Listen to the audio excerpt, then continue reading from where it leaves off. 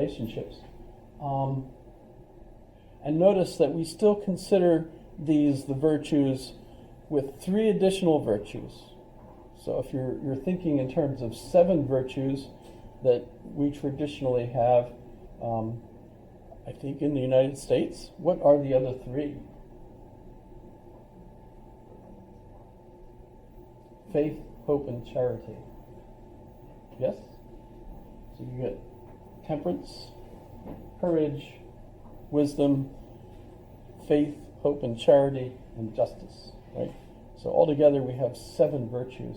There are 7 evils or 7 deadly sins as well. They don't have apparently any relationship to these. That's kind of interesting. And there might even be more of those. And traditionally those are not really quite the tradition. It's kind of come and go as the different ones have gone. This is Plato, remember. So I'm not sure that this is really close to what we might say today is the case.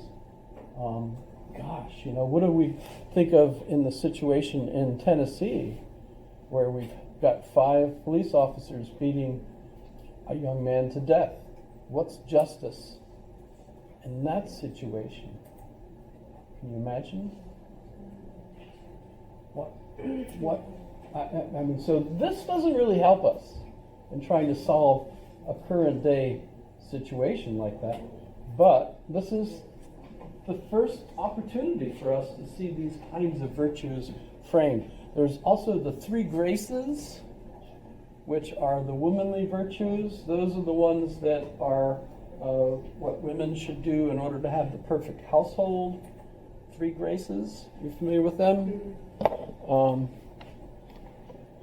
It's frustrating. I couldn't find there's lots of good charts on there.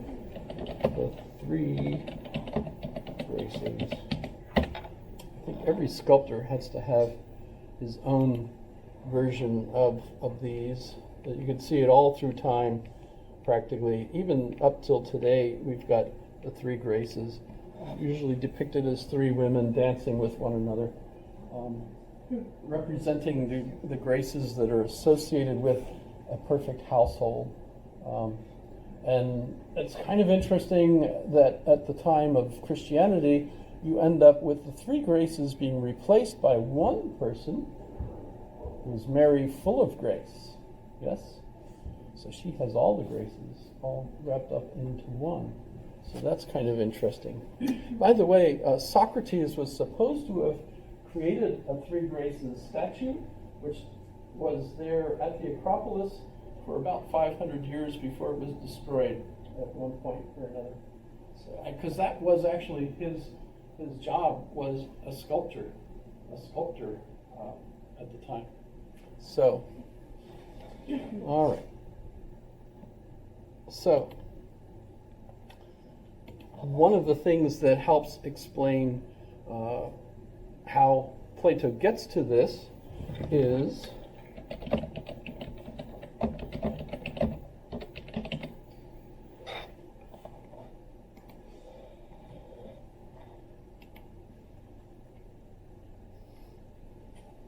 the theory of the divided line. We have the visible realm, which is what we're in as far as we're seeing it, right? And I can see it. The kinds of questions we were having with identity, right, are a problem that we have in this visible realm. Is that reality? Is this really me right now?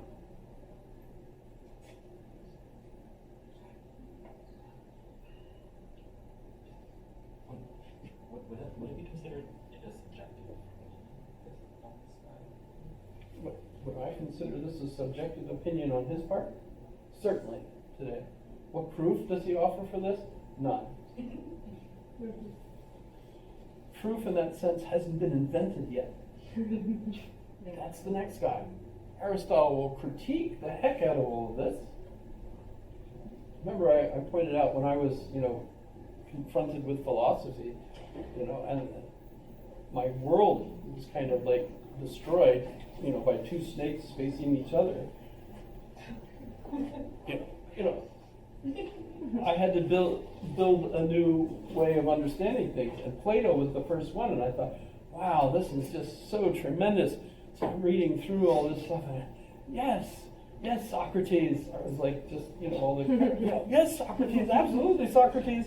Then Aristotle came along, boom, no, Socrates, that's dumb, and here's why. And so that's going to happen all through the development of these theories. By the time we get to now, remember, there's enemy. There's what of this can I believe, right? But so here, though, he's pointing out we've got dreams.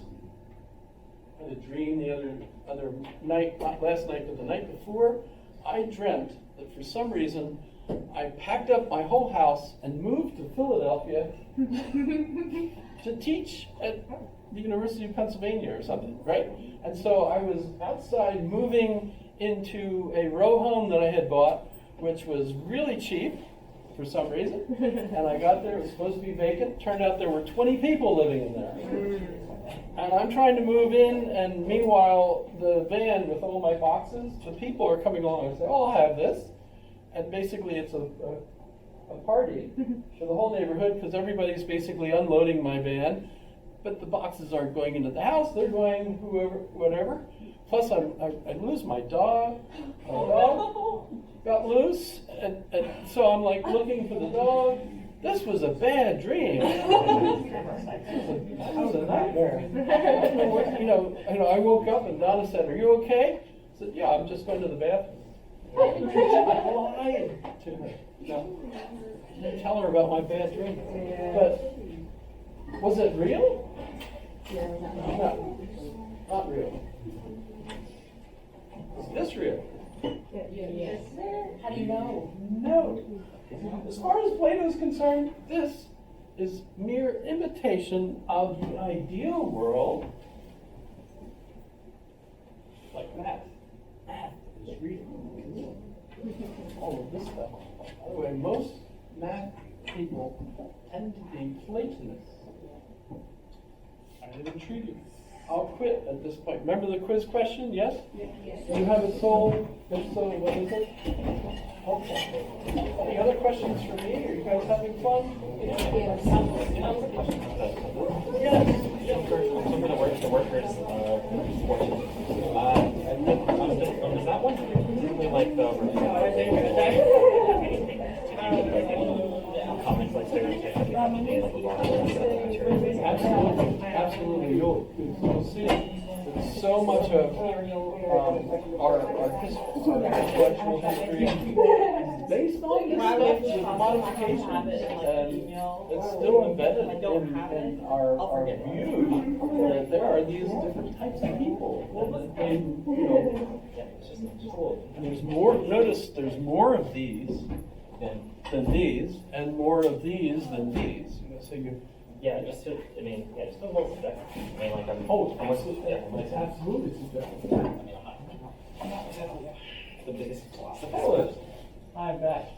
I'm glad. I haven't had time to watch the video yet, so thanks for late. Okay. Which video? Last Wednesday. Last ones? The ones that I post? Yeah. Okay. Yeah. And I just made another one, which breaks up to about an hour and 15 minutes, I think. That was kind of neat today.